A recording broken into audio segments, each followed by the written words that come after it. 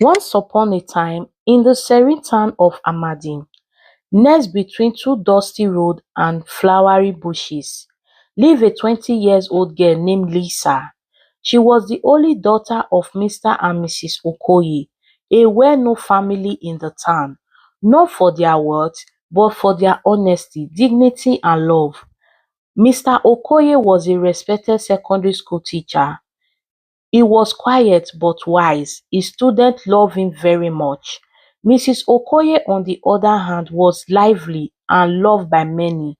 She ran a flourished rubber slipper shop near the market, selling colorful pair for both men and women.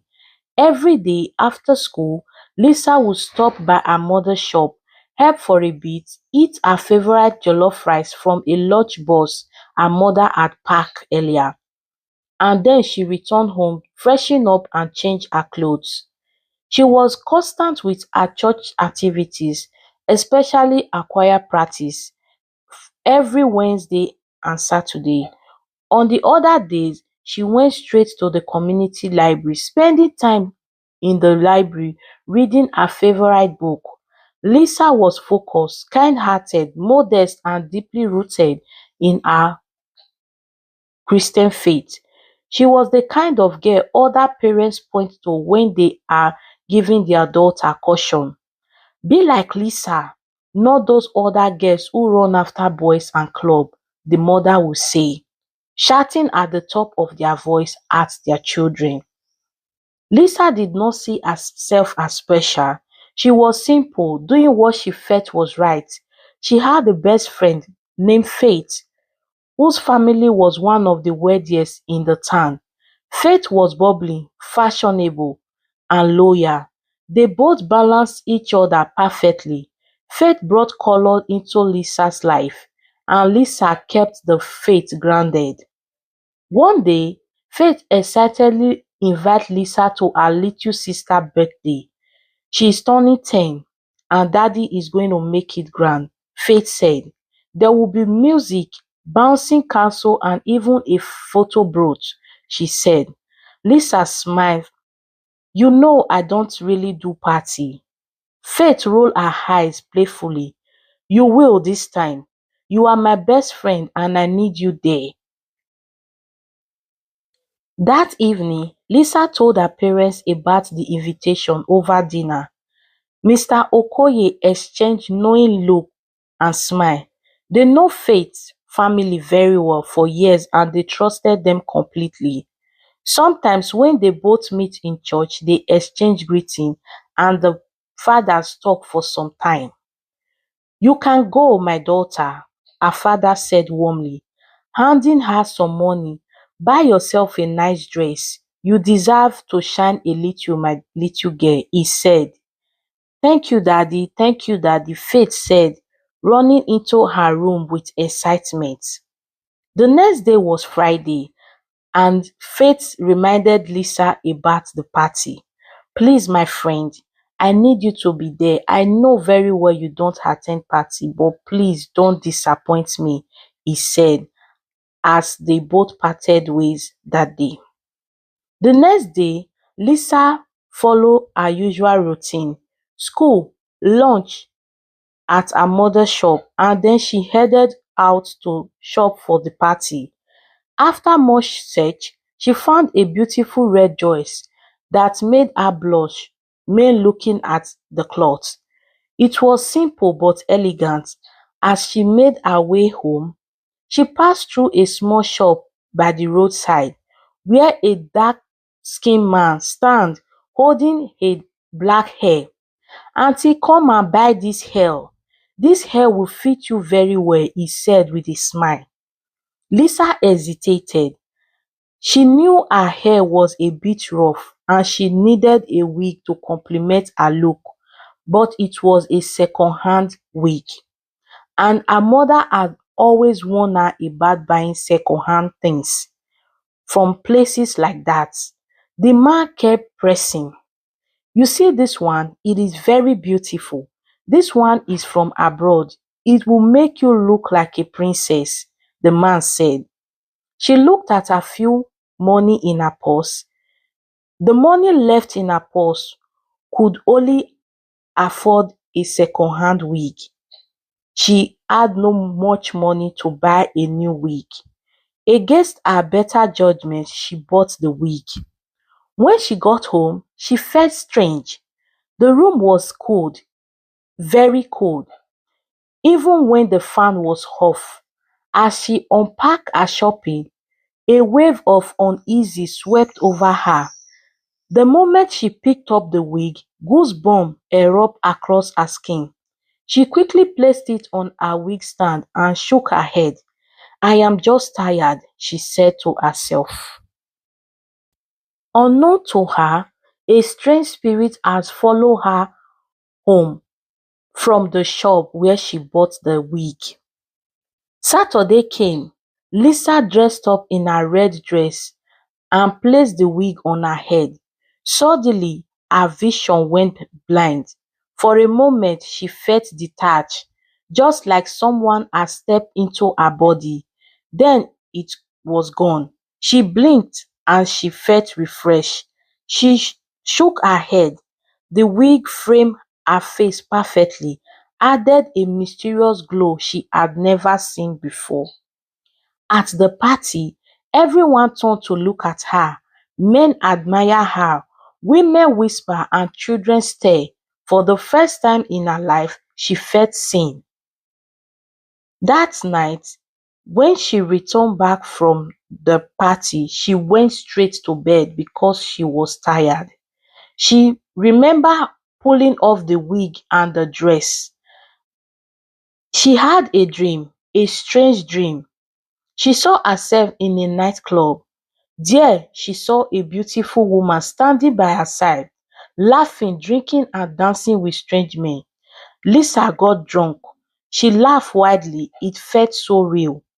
When she woke up, the wig was still on her head, even though she remembered taking the wig off. The dream repeated itself night after night. The woman in her dream always looked the same, tall, elegant and around 30 years old, with a dangerous smile. Lisa's life began to change. She lost interest in her book, in her choir rehearsal, she stopped attending church. Slowly, she starts visiting nightclub, sneaking out of the house, meeting with strange men, wearing clothes her mother had never seen her wear before. Her friend Faith noticed the change in Lisa. This is not you, she pleaded. Please talk to me. What is going on? But Lisa only laughed. I am fine, darling. I am living my best life. You should try it. I have been living in the dark since, she said. Faith was surprised. She had never seen Lisa this wild in her life before. Her parents tried, they prayed, begged, and even cried. Lisa was slipping through their finger. One day, a friend of Mrs. Okoye came to visit her in the church. I have a dream, she said. After their greeting, Lisa was dancing in the club and someone else was inside her body. It was disturbing.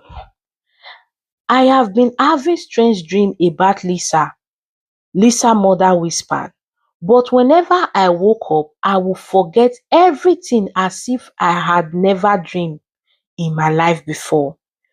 We must go to see the pastor, her friend said. Immediately, Lisa's mother closed her shop and they went straight to the church.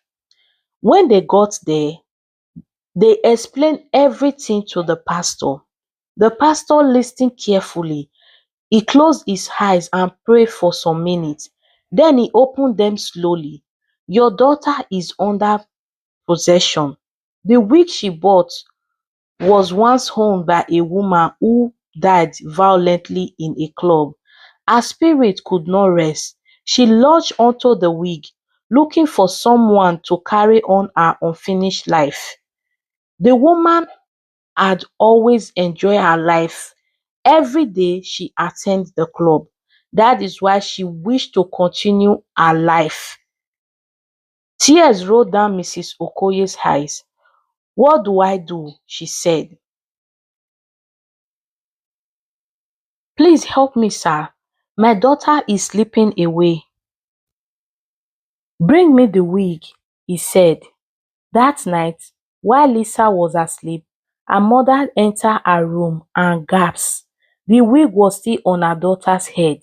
Carefully, she removed it and ran to the church. At the altar, the pastor poured oil on the wig and began to pray. A cold wind entered through the door. The candle went off. Then came the voice. "Why are you disturbing me? That body is mine. Lisa is mine now," the spirit said. The pastor continued to pray very hard. The room shook. The spirit screamed, "Leave me to live. Leave me to live," he said. But the pastor held firm. He set the wig ablaze. The scream lasted for long and then vanished. Lisa woke up the next day with a splitting headache. Her mother was beside her, holding her hand. "What happened?" she whispered. "You are safe now, my daughter," she said, tears rolling down both eyes. She broke down, overwhelmed by emotion and confusion. Later, she returned to the church with her mother. The pastor placed her on 3 days fasting and prayer. During these days, Lisa cried, prayed, and reflected. When the fasting was over, she stood before the congregation and shared her testimony. Her voice trembling, "I let vanity attend, and pressure make me ignore my instance. I was something that was cursed, and I nearly lost my life." The church wept. She also wept that day. The moral of the story is not everything beautiful is safe. We should be careful of what we buy with our money. Sometimes some things carry unseen battle. Listen to your instance. That small voice that always speaks to you is God warning you. Stay rooted in your faith. Temptation come disguised in glitter and applause, but faith always wins. Guide your spirit and your choice. The things you buy, the people you follow, the life you imitate can either bless you or destroy you. Parents should pray. Even when children go astray, a praying parent can pull them back from the edge. We should be careful of the things we buy. Not all second-hand things are bad, but whenever we buy them, we should pray over them before putting it on our body, because you never knew who wore the thing before you. Thank you for being here today, and I hope you've learned one or two from this story. Please tell me what you think about the story. I will be in the comment section waiting for you. To my returning subscriber and my future subscriber, thank you very much. I appreciate you. See you on my next one. Bye.